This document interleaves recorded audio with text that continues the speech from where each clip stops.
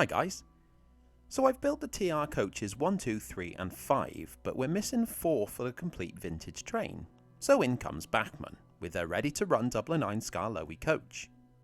I mean, I really love the Skarloey liveries, so it pains me to strip this down and rebuild. Well, not enough to stop me doing it, but still. One thing that I'll point out here is that their paintwork seems really thick, and it's filling in a lot of the window details, which is surprising. Time to dismantle the model. And it's as simple as 2 screws below deck. This drops out the chassis, which is a clever little design. And look, they've added weight! Well done you, Bachmann. Unlike the Pico stock, the roof is part of the body moulding on this one, so I'll tackle that bridge when I get to it. Also, unlike the Pico stock, this one has the sodding glazing glued on with what I can only assume is some sort of cement. So, unlike the Pico stock where I lovingly removed it, set it aside, and popped it back in at the end of the build, this is being stabbed to its fate with my pointy tool thing. And no dignity here. Seriously, I really struggled with this. Okie dokie, the model's stripped down to its basic form, so it's going to be left in a little container, fully submerged in Dettol antiseptic solution. Leaving the model in the Dettol for an hour or so will strip the paint off without damaging the plastic, which is something that actual paint strippers will do. Smells though. So this will now be left aside to do its thing, and I'll turn my attention to me. Do you remember all the way back in 2023 when I got 3D scanned at the Warley show? Well, the figures are here. And it's a very strange thing to see yourself as a model. Though unlike Emma Watson looking at a Disney Belle doll, these tiny George Williamsons actually look like me. It's a testimony to model use quality that you can recognise yourself in a figure a few centimetres tall. So obviously I'm very excited to get me painted up, so I'm gonna. I'm going to give George a bit of pre-shading, starting by spraying black from below, as this will hit the underside of any protruding parts. This is followed up by a grey coat from above for the opposite effect. I do usually use a white primer for this, but I don't have any right now, so I won't. As usual, I'm going to begin with George's skin. I use Citadel colours for this. I was recommended them once by a wargamer, and only got as far as the skin colours before being repulsed by their stupid paint pot lids.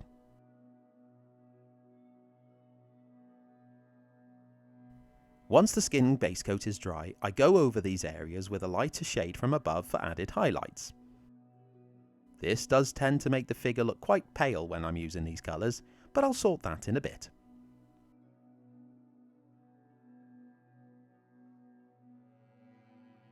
Ah, there we go, I'll sort it now. This is a dark wash called Reichland Flesh, and it's quite good for shading skin. I apply it to the figure upside down so it pulls in the shaded areas. If you ever need to know the level of detail these figures are painted at, this wash is settling in between my individual fingers. Wowzers. I'll add me some hair now. And luckily, my hair in real life looks quite a lot like Army Painter's dark oak brown, which I have. Unluckily, in model form, my hair also very much looks like Lego hair. So I went over it after with a dry brushing of a lighter shade of brown to fade the edges.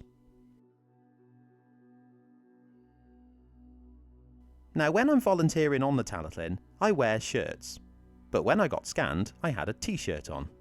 So I'll paint in my little black t-shirt. And you'll be correct in thinking that it's going to bug me forever seeing this model with a t-shirt.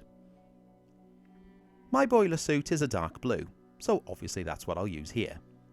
This is ultramarine blue, and it has a really nice rich tone.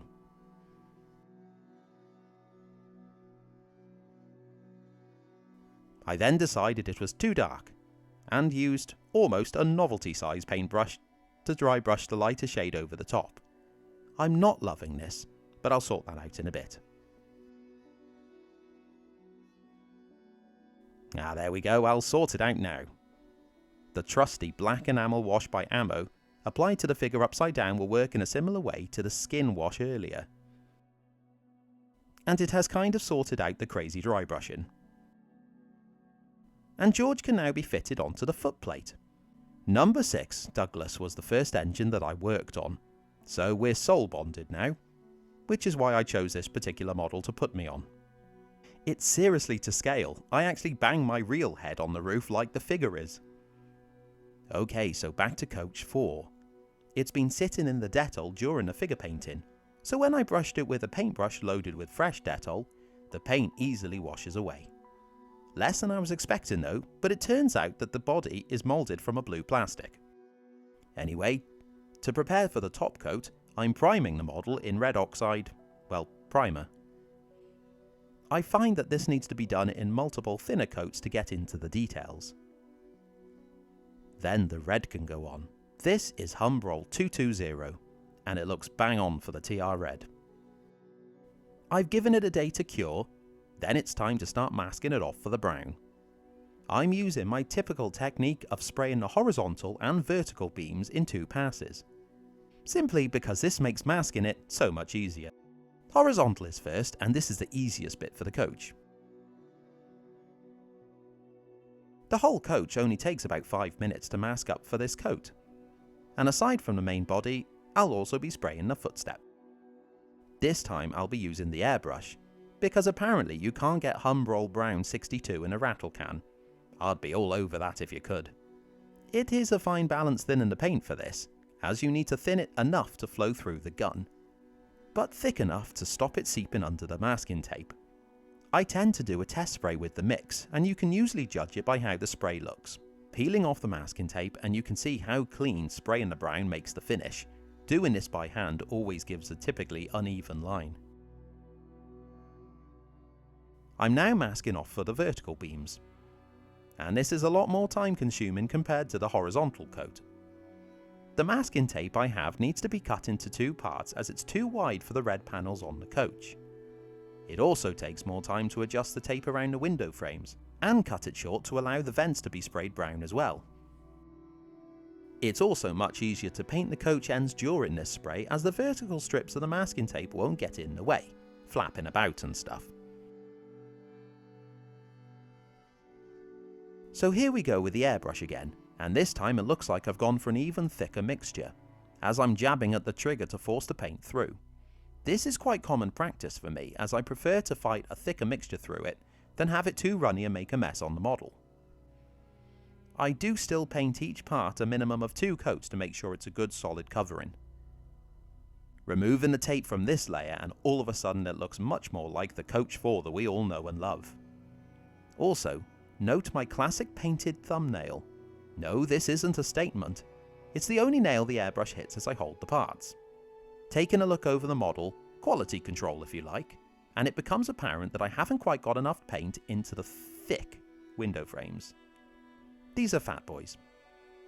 To rectify this, I've whipped out a fine paintbrush and I'll paint the frames in by hand. It's a small thing, but it makes a big difference on the final model. Back onto the masking tape and it's time for the underframes. Because I need to mask off the whole coach body, I have a different technique for this. It starts with a strip of tape around the bottom of the coach body, and this will do a good job at sealing the front line against the airbrush. This needs to be pressed down around the piping on the 2 ends of the coach to make sure the overspray won't get up in there, because it will. A second layer is then added in the form of toilet paper. This does a great job at not using up my expensive masking tapes. I'm fumbling my way through wrapping this up here. You'd expect I'd be a pro since Christmas has just passed and I have kids. But no, I suck at it. I've also masked off the running boards as I can't bring myself to respray them after. I'm using Miniature Paint's black primer for this. I usually go over this with a school poster paint black. But once the satin varnish coat is on, the 2 blacks look the same, so I won't do that anymore. The black is acrylic, so I'll do fairly thin coats and super dry with a hairdryer between the coats to minimise any paint runs or pooling in the corners. At this point I'll also spray the chassis the same colour, obviously.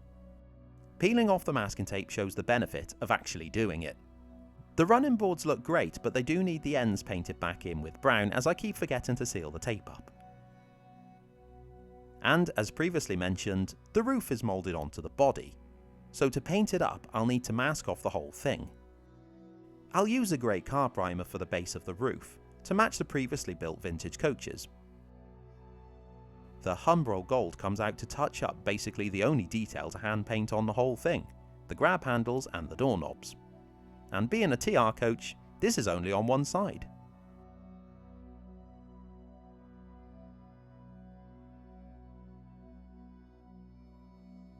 With painting complete, the whole thing is given a coat of Humbrol satin varnish. Not only does this seal it in to add durability, but it also brings a uniform finish to all the stock that will run together. And that's professionalism for you. I can now add glazing back in. This is just a thin clear plasticard cut to size and set in place with glue and glaze. I hope it sets as rock solid as whatever Bachmann used.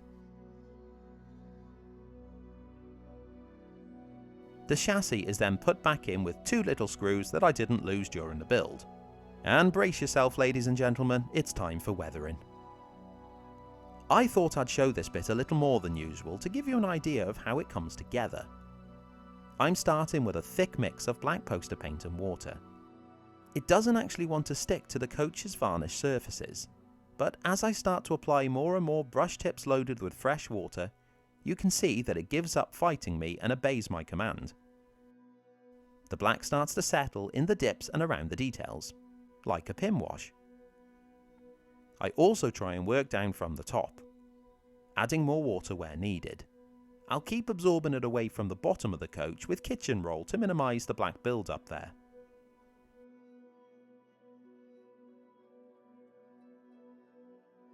I won't be adding the decals just yet because they haven't arrived, but I've been informed they're on the way.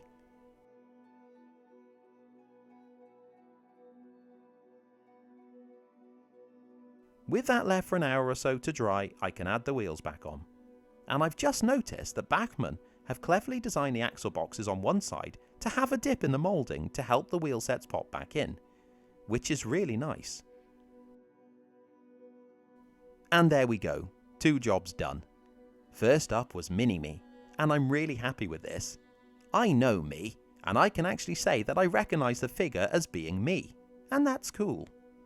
I'm actually really tempted now to have me printed in a larger scale, maybe even 16mm to work on my unfinished Sir Hayden build.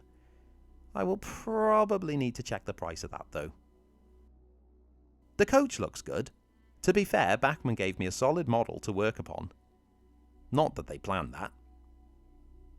But it's the final piece I needed for the vintage train, so that's something ticked off. I do need to build up some energy now for the bogey stock, so don't expect to see that next week. So thanks for watching, and an even bigger thanks if you voted for my picture in the Modelu Photo of the Year competition. I totally won that, which is amazing. Really happy about it. Well done me. I've still got quite a few kits to build for the Nangwernal project, but I'm starting to get itchy for the layout. So I might shake things up soon. And if you can't wait for that, check out the Corris build if you haven't seen it. I've been told it's really good.